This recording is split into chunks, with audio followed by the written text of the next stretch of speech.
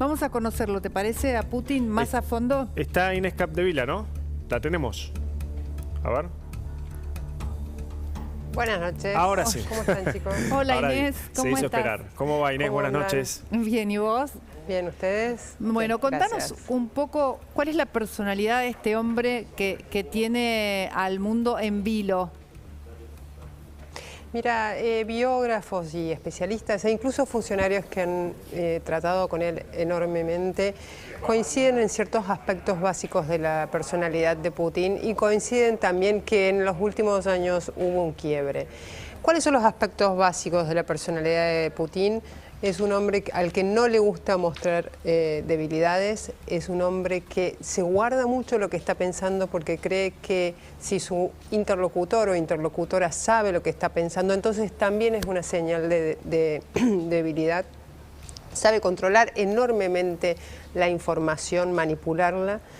Y es fundamentalmente, y esto es un rasgo que lo marca mucho en esta aventura que emprendió con la invasión de Ucrania, es una persona muy tolerante con el riesgo, sobre todo cuando el riesgo es alto, es capaz de manejarse y convivir con esos niveles de riesgo alto sin inmutarse.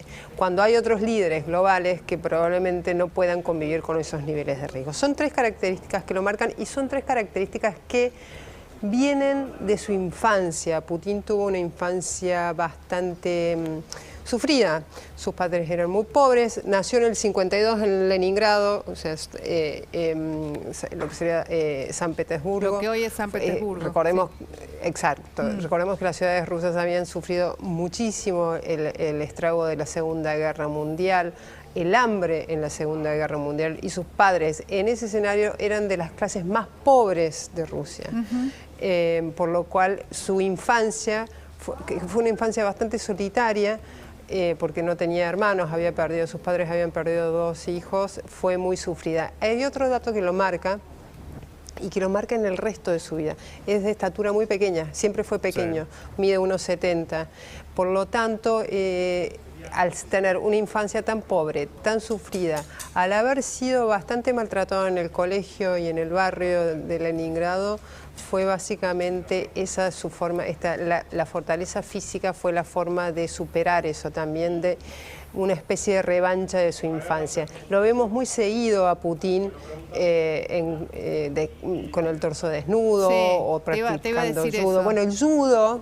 Siempre mostrándose, haciendo como muy capaz, muy fuerte, muy potente, ¿no? Exacto. Un poco, la fortaleza física no es solo un mensaje para sus interlocutores, diciendo, bueno, yo soy capaz de tolerar cualquier adversidad física, sino también es un mensaje a su infancia, esta especie de revancha de todos sus sufrimientos de infancia. Ahora, esa infancia después, sí. No, Javier. Qué coincidencia, porque hace algunos días vimos que Elisa Carrió fue la primera en salir a decir Putin es Hitler, lo dijo sin vueltas en Twitter. Después, bueno, a algunos que les parecía una exageración, a medida que fueron pasando los días, no les fue pareciendo tan exagerado. Te pregunto, ¿qué coincidencias encontrás en la vida personal o algún rasgo personal entre Putin y Hitler? Bueno, a mí me parece que esas comparaciones que se saltean periodos de la historia por lo general no son muy acertadas. De todas formas, hay ciertos datos, en particular con las infancias, comparten infancias muy sufridas, pero no necesariamente eso deriva en Putines y Hitlers. Sí creo eso, claro. Y también creo que obviamente hay ciertas analogías en el proceso histórico que derivó en la Segunda Guerra Mundial y en el proceso que derivó en la invasión de Ucrania, que son básicamente la violación del Acuerdo de Múnich firmado por Hitler, la toma de la consecución de los sudestes y después la toma de Checoslovaquia. Bueno, es un poco lo que se está reproduciendo ahora. Claro. Ahora, a mí me parece que trazar comparaciones que tienen el desfasaje histórico no sirve mucho. Ahora, Inés tiene un tema también con sus mujeres, ¿no? Él había salido se divorció de su mujer y se fue no me acuerdo si era una gimnasta rusa muy famosa. o cuál Sí, era una su... gimnasta. Una gimnasta rusa muy famosa, ¿no? Con la que ya tenía hijos y su mujer desapareció de la vida pública, nunca se supo más de ella. Él tenía 2 hijas también. ¿Cómo es su relación con las mujeres? Es que es muy difícil diseñar o retratar la vida íntima, la vida familiar de Putin, porque es muy poca la información. Claro. De nuevo, es un enorme maestro en el manejo de la información y el Kremlin tiene todo un departamento destinado a manejar la información sobre la vida íntima de Putin y lo otro a manejar la imagen, esta imagen de superhombre de Putin. Sobre su vida personal, sí, como decís, se sabe que sus hijas son, una tiene, no me acuerdo bien, creo que un PhD en historia, la otra trabaja en Rusia, su mujer se divorciaron después de unos 20 años de casados y finalmente ella salió por completo, no se conoce casi la cara, hay 2 o 3 fotos de Putin con su ex mujer y después sí salió la historia con la bailarina con la que habría tenido un hijo. Ahora, sí, son todos rumores. Sobre la vida personal de Putin son todos rumores porque es muy difícil confirmar, la información. Inés, seguramente habrás escuchado algunos rumores acerca de lo que es la salud actual de Putin. De hecho, ha salido Nancy Pelosi, que es una senadora en Estados Unidos, a hablar directamente de que tiene cáncer. ¿Se habla de este tema? ¿Se sabe si tiene alguna enfermedad? Hola. ¿Sí? ¿Me escuchás ahí? Sí, ahí te escucho, Javier. ¿Me escuchaste la pregunta?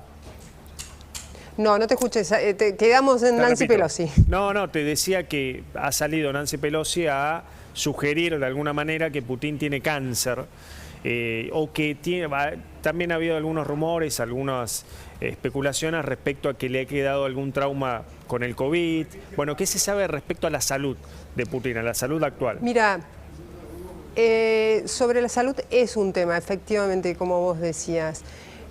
Pelosi especuló que había problemas de salud. Hay una persona que probablemente conoce a Putin como muy pocas otras, se llama Fiona Hill, fue la persona del Departamento de la Dirección Nacional de Inteligencia Norteamericana destinada a todo lo que tenía que ver con el Kremlin durante mucho tiempo. Incluso fue la persona que, la analista de Rusia durante el mandato de Trump y testificó contra Trump en el impeachment. Fiona Hill dice lo siguiente. Sí. Putin estuvo muy aislado por la paranoia que le tiene al COVID durante los últimos 2 años e incluso está bajo el efecto de los esteroides porque tiene enormes problemas en la espalda, dolor de espalda, un dolor de espalda casi permanente. Insoportable. Y por eso, por los esteroides, se lo ve inflamado, se lo ve hinchado. Esto de, viste, la cara bastante hinchada, los ojos chicos, casi achatados. Y lo que dice Fiona Hill es muy interesante, porque ella, con información de inteligencia obviamente, dice que durante estos 2 años de encierro, en los que prácticamente no tuvo contacto con nadie, que si un funcionario quería o necesitaba hablar con Putin, tenía que hacer 15 días de aislamiento previo a una reunión de 5 minutos. En esos 2 años de encierro y soledad, Putin se la pasó hurgando las bibliotecas del Kremlin, buscando los mapas de la vieja Europa. Claro. Estamos hablando de la Europa medieval. ¿Para qué? Para trazar lo que él creían debían ser los límites de la nueva Rusia. Y obviamente que los límites de la Rusia del medioevo, cuando Rusia era efectivamente una unión con Ucrania y algunos otros países actuales europeos, obviamente que esos límites eran extensísimos. Ahora, Inés, quizá no lo sepas, ¿no? Pero pregunto, las mesas esas largas que vimos de Putin, ¿puede tener algo que ver con esta paranoia con el COVID? Sí, por supuesto. ¿Es así? Sí, claro. Entonces, de eso hablaron, claro. Sí, eso lo confirmaron, no sé si recuerdan, hace unas 4 semanas Macron se reunió con Putin y eso fue confirmado por unos días después, no necesariamente por los asesores del Elíseo. Sí, fue noticia, ¿no? Porque llamaba la atención de tanta distancia cuando debían conversar y mirarse a los ojos. Que y Macron sigue había usando dicho, esa distancia ahora también. Perdón. Sigue usando con sus asesores más cercanos. Hay 2 reuniones digamos, muy simbólicas de esta invasión, que son una reunión con todo su Consejo de Seguridad, que fue hace aproximadamente 2 semanas. En realidad fue publicada hace 2 semanas las imágenes y la otra fue la semana pasada, el fin de semana pasado, con las 2 personas más importantes del entorno de seguridad, del entorno de Putin de hoy, que son el ministro de Defensa y el jefe del Estado Mayor de las Fuerzas Armadas. Son las 2 personas con las cuales, a través de las cuales hoy Putin se comunica con el resto del mundo y sobre todo sabe qué sucede en el resto del mundo. Claro, y eso es muy importante, y además porque son los que el aislamiento también... La valija, ¿no? La famosa valija del botón rojo, ¿no? Esas dos Sí, personas. también, sí, también. Hoy estábamos hablando de eso Ahora, también. te preguntaba lo de la mesa porque veía diferencias y le pido a la producción si pueden buscar las fotos con Alberto Fernández en el encuentro que tuvo a principios de febrero. Claro, las reuniones que tuvo, no solo con Macron, sino con el resto de los líderes europeos, se dieron en esas mesas largas. Ahora, con el presidente Alberto Fernández, no tuvo como un acercamiento físico No, más bueno, cercano. porque ahí evidentemente, ahí el presidente Fernández, como muchos otros presidentes, se prestaron a ser hisopados por los médicos o bioquímicos es lo que no del pasó Kremlin. con Emmanuel Macron, ¿no? Porque no quiso Ni Macron ni Olaf Scholz, exactamente. No quiso. Hay una escena que dentro Sí. de toda esta diplomacia del COVID es bastante singular, que es que al día siguiente de reunirse con Alberto, Putin viajó a Beijing Sí. para participar de la inauguración de los Juegos de Invierno, los Juegos Olímpicos de Invierno, y con Xi Jinping dejó todo este protocolo de casi, o sea, que lo mostraba a él como el líder, el gran líder visitado y además el líder que imponía las reglas para acercarse a Putin y sacarse bajo las reglas de Beijing la foto que selló este gran acuerdo estratégico que tienen hoy China y Rusia. ¿Qué quiere decir eso? Que frente a China, las reglas de cuidado del COVID de Putin cambiaron y se adaptaron a lo que necesitaba Xi Jinping. O sea, que se arrodilla frente a China, diríamos, ¿no? Deja de Yo lado... no sé si se arrodilla, cambia un poquito Estrategia política, sus ¿no? reglas. La necesita China, hoy más que nunca, Rusia necesita a China y muy probablemente una vez que termine la guerra, cuando sea que termine, e independientemente del resultado de la guerra, el único lazo con el mundo, el único lazo importante que le quede a Putin con el mundo sea China. Claro, Por lo tanto, claro. vamos a estar hablando de una relación de completa dependencia de Rusia con China. Una relación que hoy no es así, pero en el futuro va a ser así. Inés, circuló una información que no sé, creo que es real. Vos me dirás, ¿me escuchás? Sí, ahí te escucho. Circuló una información que decía que China le pidió a Putin, que Xi Jinping le pidió a Putin que retrasara la invasión rusa, que él conocía que iba a avanzar hasta después de los Juegos. ¿Eso es real? ¿Es una información chequeada?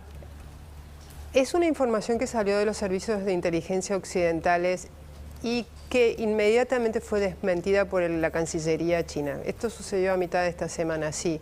Es tan real la desmentida como la información de los servicios de inteligencia. Pero también hay una lectura detrás de esto.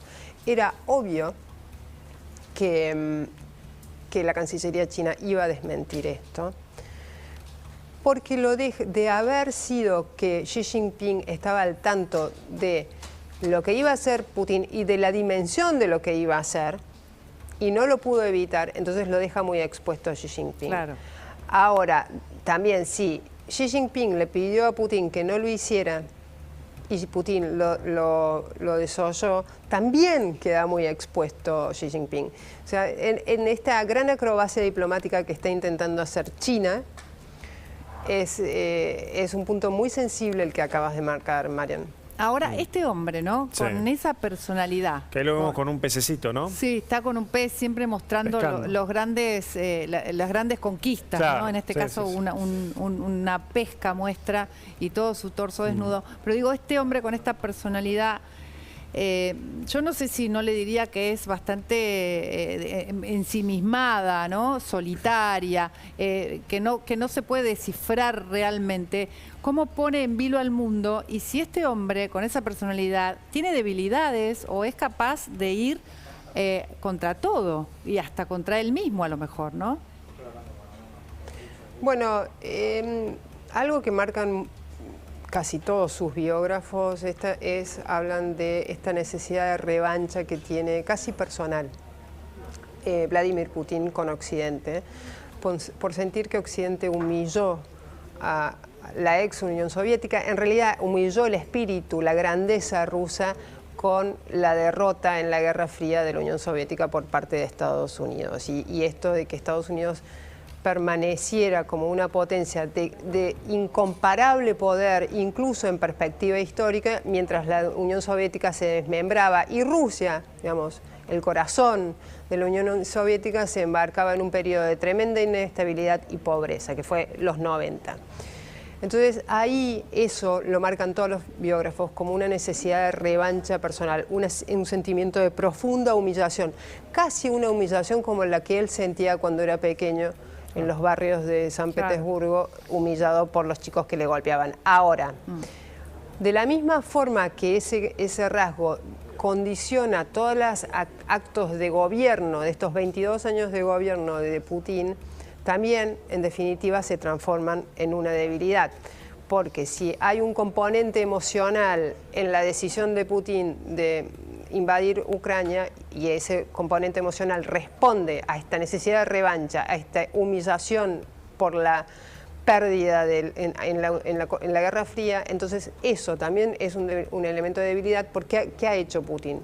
Ha embarcado a Rusia en una odisea en la cual, pese a que tenga una victoria militar, eventualmente va a perder, porque Rusia básicamente lo que acaba de hacer es desensamblarse del resto del mundo, salvo China.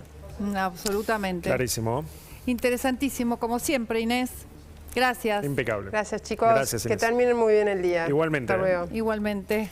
¿Qué hacemos? Nos vamos a un corte y Dale. volvemos ya.